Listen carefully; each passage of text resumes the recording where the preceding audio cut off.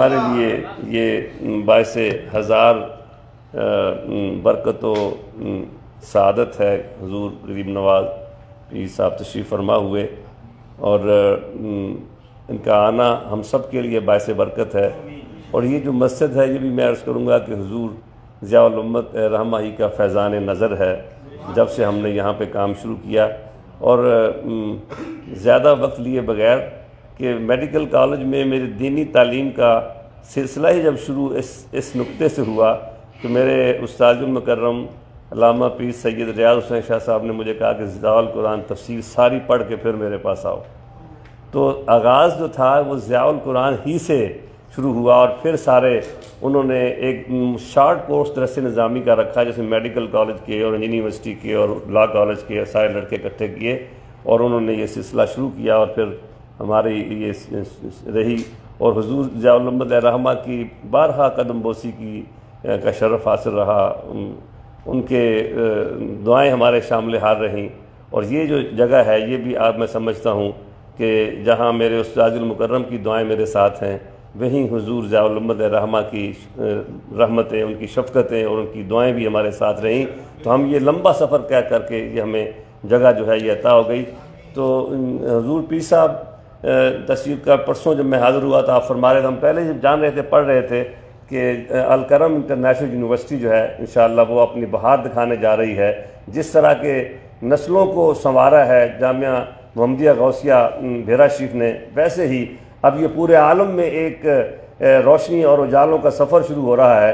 1925 میں جو ایک مدرسہ شروع ہوا اور 1957 میں حضور پیر کرم شاہ صاحب علیہ الرحمہ حضور ضیاء الامت نے اس کو ایک دارالعلوم کا اور کالج کا درجہ دیا، اور اب غریب نواز نے حضور پیر امیر اسناد شاہ صاحب نے اس کو ایک انٹرنیشنل یونیورسٹی میں الحمدللہ بدلنے کی صحیح کی ہے، اور مجھے پوری امید ہے کہ ہم اپنے جیتے جی اس کو بہار دکھلاتی دیکھیں گے، اور پورے عالم سے لوگ جو ہیں، پہلے مشرق سے لوگ مغرب کی طرف پڑھنے آ رہے تھے، اب جیسے ماجد صاحب نے پرسوں عرض کیا تھا کہ حضور آپ کوئی کوٹا رکھیں ویسٹ کے لوگوں کے لیے بھی اس اپنی یونیورسٹی میں کہ یہاں سے بچے جائیں اور وہاں پڑھ کے آئیں، تو پہلے مشرق سے مغرب کو لوگ پڑھنے آ رہے تھے، اب حضور ضیاء الامت کے فیضان سے مغرب کے لوگ جو ہیں وہ اپنے دینی علمی پیاس بجھانے کے لیے مشرق کا رخ کریں گے، اور وہاں سے وہ پھر چراغ جلیں گے اور روشنی ہوگی۔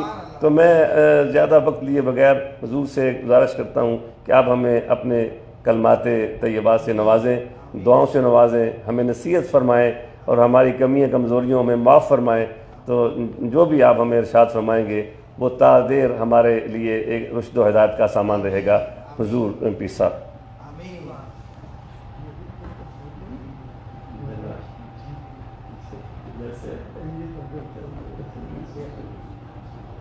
نعرہ تکبیر، نعرہ رسالت، نعرہ حیدری، علماء اہل سنت زندہ باد۔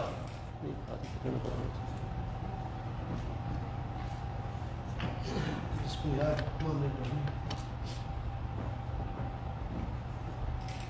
رب اشرح لی صدری ویسر لی امری واحلل عقدۃ من لسانی یفقهوا قولی۔ صدق اللہ مولانا العظیم وبلغنا رسولہ النبی الکریم حق ونحن علی ذلک لمن الشاہدین والشاکرین الحمد للہ رب العالمین۔ آمین۔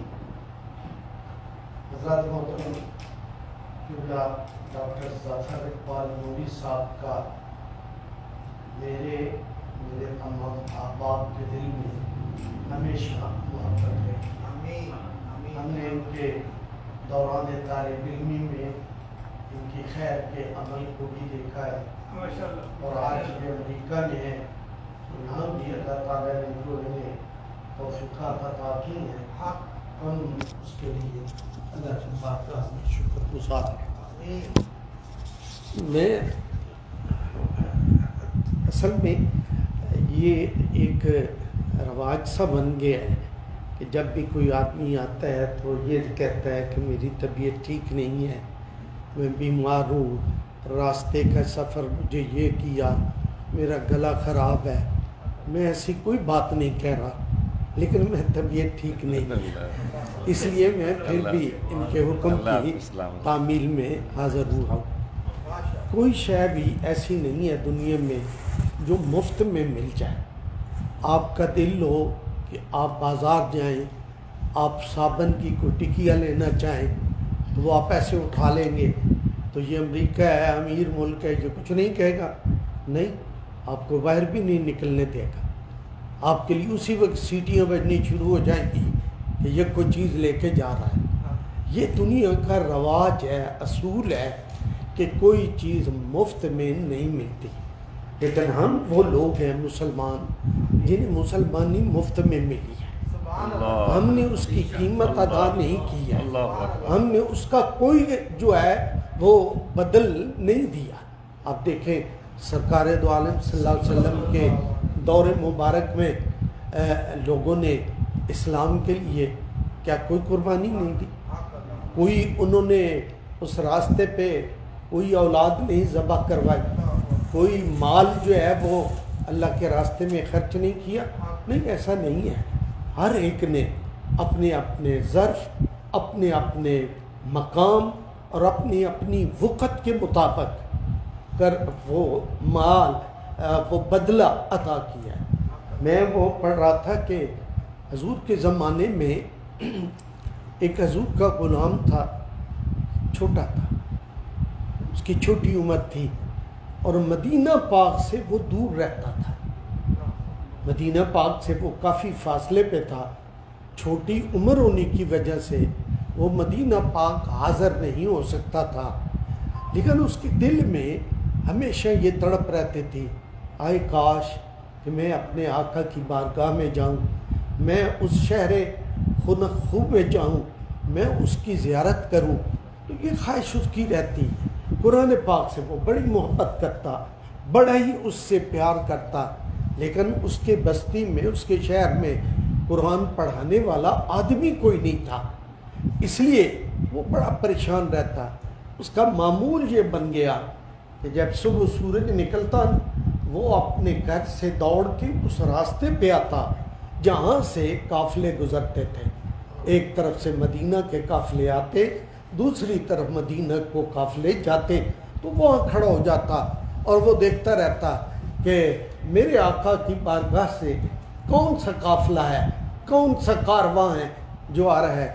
جب وہ دھوڑ غبار اڑتی اسے نظر آتی نا، قافلے کی آمد کے آثار نظر آتے، وہ کھل اٹھتا، خوشی سے وہ جھومنے لگتا، پھر وہ قافلہ پہنچتا، وہ دوڑ کے ان کے پاس جاتا اور جا کر ان کے گھوڑے، ان کے اونٹ، ان کی سواریاں پکڑ لیتا، ان کو پانی پلاتا، انہیں سہلاتا سستاتا، پھر ان کو وہ چارہ ڈالتا۔ پھر جب یہ ساری ڈیوٹی دے لیتا نا تو پھر وہ آہستہ سے آ کے ان قافلے کے لوگوں سے کہتا، قافلے والوں تم مدینہ سے آئے ہو؟ جی ہم مدینہ سے آئے۔ وہ تو میرے آقا کو دیکھا تھا؟ ہاں دیکھا تھا۔ اپنے آقا کی زیارت کی تھی؟ ہاں کی تھی۔ تو فرمایا، پوچھتے پھر کوئی قرآن کی آیت سنی ہے تم نے؟ کوئی قرآن کا صحیفہ جو اللہ کے نبی کے اوپر اتر رہا ہے، اس کا کوئی کلام، اس کی کوئی آیت، اس کا کوئی رکوع، کوئی شے تم نے سنا ہے؟ تو کہتے ہیں ہاں ہم نے سنا۔ کہا وہ یاد ہے؟ کہا یاد ہے۔ تو پھر مجھے بھی یاد کروا دو، مجھے بھی پڑھا دو، مجھے بھی وہ سبق یاد کروا دو۔ تو وہ اس طرح وہ بچہ اس قرآن حکیم کو اپنے سینے میں محفوظ کرتا رہا، اور اس محفوظ کرنے کے ساتھ ساتھ یہ زندگی کا سفر آگے بڑھتا رہا۔ جب اس شہر میں پہلی مسجد بنی نا، اس شہر میں اللہ کا گھر بنا، تو وہاں حکم تو یہی تھا نا، اس کو آگے کھڑا کرو جس کو قرآن زیادہ آتا ہے، اس کو آگے کھڑا کرو جس کو قرآن سے زیادہ شغف ہے۔ تو پھر وہ خود فرماتے ہیں کہ جب یہ نوبت آ گئی کہ مسجد میں امام کی ضرورت پڑ گئی، تو میرے شہر کے سارے لوگوں نے کہا اس کو مصلی پہ کھڑا کرو، کیونکہ اس کے دل میں، سینے میں قرآن سب سے زیادہ محفوظ ہے۔ تو حضرات محترم کی نا، انہوں نے قیمت ادا کی نا، قرآن کو حاصل کرنے کی قیمت ادا کی، اس کے نتیجے میں ان کو مصلی کا وارث بنایا گیا۔ حضرات محترم، یہ جو ہمارے چھوٹے موٹے کافشے ہیں، یہ جو سینٹر ہیں، یہ جو مساجد ہیں، یہ اللہ ان میں برکت ڈالے۔ یہ بھی قرآن کی یہ آماج گئے، ہم ہیں ہی اہل قرآن، ہم وہ لوگ ہیں جن کو اہل قرآن کہتے ہیں۔ اہل قرآن وہ ہیں جن کو اللہ کہتا ہے یہ میرے گھر کے لوگ ہیں، اور جو گھر کے لوگ ہوتے ہیں ان کے لیے بڑی خصوصی رعایتیں ہوتی ہیں۔ یہ میرے عزیز ہیں، یہ میرے دوست ہیں، یہ میرے قبیلے کے لوگ ہیں، یہ ایمان والے ہیں، لیکن یہ میرے گھر والے ہیں، یہ میرے گھر کے خاص لوگ ہیں۔ تو ان کے لیے حکم پھر تھوڑے بہت اپنوں والے ہوتے ہیں۔ اللہ کریم نے ان کو جو کہا نا کہ یہ میرے گھر کے لوگ ہیں، سرکار دو عالم سے پوچھا یا رسول اللہ کون ہے یہ جو اللہ کے گھر کے لوگ ہیں؟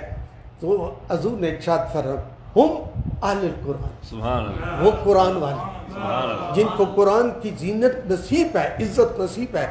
میں حیران ہوتا ہوں کہ دنیا میں جب انسان کسی سے فائدہ ملے تو تب اس کو سینے سے لگاتا ہے۔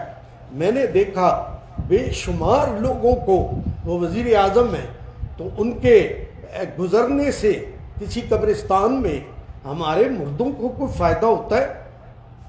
کوئی نہیں ہوتا۔ یہ صدر پاکستان ہے، یہ آج گزریں گے، ہمارے جو موتا ہیں جو قبرستانوں میں پڑے ہوئے ہیں ان کے پڑوس سے، تو وہ فرق پڑے گا نہیں۔ لیکن جب گزرے گا نا قرآن والا، جب قرآن کا عادی، تو اس کے لیے اللہ 40 دن عذاب اٹھا لیتا ہے، مغفرت کر دیتا ہے، ان کی تکلیفوں کو دور کر دیتا ہے۔ یہ ہے قرآن، یہ اہل قرآن، یہ ہے صاحب قرآن۔ جن لوگوں نے قرآن کی نوکری دی اللہ نے ان کو بادشاہ بنا دیا۔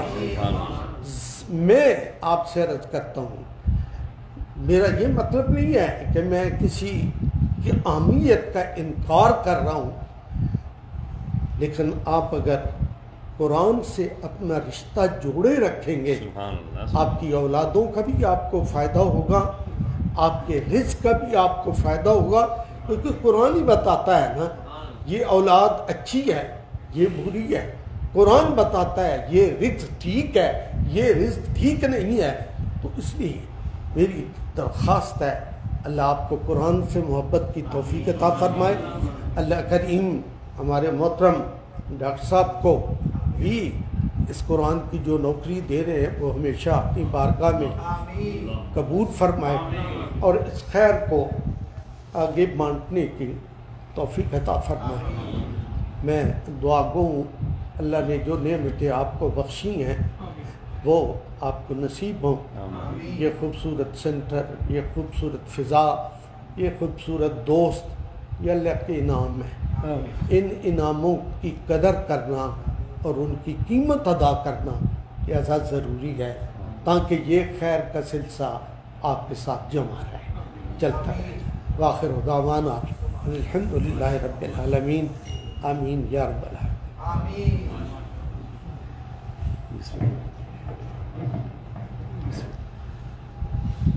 الحمدللہ اپنے حضور نواز کی دلوں کو جاگتی گفتگو سماعت فرمائی۔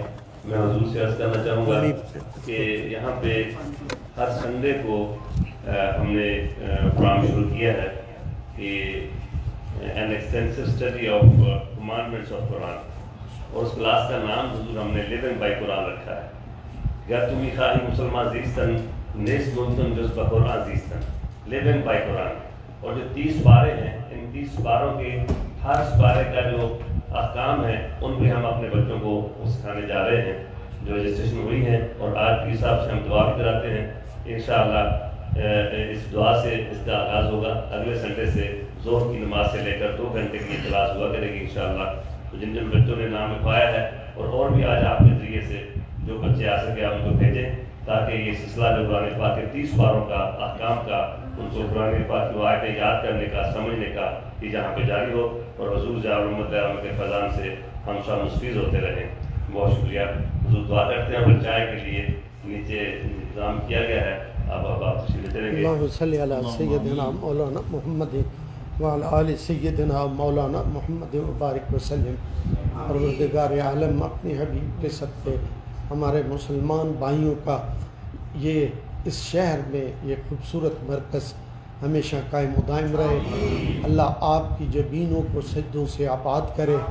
اللہ آپ کو قرآن کی محبت اور قرآن کا فہم اور قرآن پہ ایمان اور قرآن پہ عمل کرنے کی توفیق عطا فرمائے۔ میرا مالک اپنی حبیب کے صدقے ڈاکٹر صاحب اور ان کے تمام عزائم کو اپنی بارگاہ میں قبول فرمائے اور انہیں پورا کرے۔ اللہ نے ڈاکٹر صاحب کو اس پورے شہر کی قیادت بخشی ہے، ان میں سب لوگوں کو چھوٹے بڑوں کو ساتھ لے کے چلنا اور ان کو اپنا رفیق سفر رکھنا، یہ آپ کی دلجوئی اور دلربائی سے تعلق رکھتی ہیں چیزیں، اور ہم امید کرتے ہیں کہ آپ حسب روایت وہ سارا سلسلہ جو کا تو قائم و دائم رکھیں گے، خیر و برکت سے نوازیں گے۔ آپ مجھے خوشی ہوئی کہ آپ اس وقت اپنے بیٹے کے اوپر خصوصی نظر کر رہے ہیں اور اس کو پوری تاریخی پس منظر میں اس کی تیاری کی کوشش کر رہے ہیں۔ یہ خیر کی بات ہے اور یہ حق کا راستہ ہے۔ ہمیں اپنی اولاد کے لیے ہر وہ معیار جو اللہ اور اس کے رسول کے دین نے قائم کیا ہے اس کا لحاظ کرنا ضروری ہے۔ اللہ ان کو بھی قبول فرمائے۔ ربنا آتنا فی الدنیا حسنۃ وفی الآخرۃ حسنہ وقنا عذاب النار وادخلنا الجنۃ مع الابرار یا عزیز یا غفار یا رب العالمین۔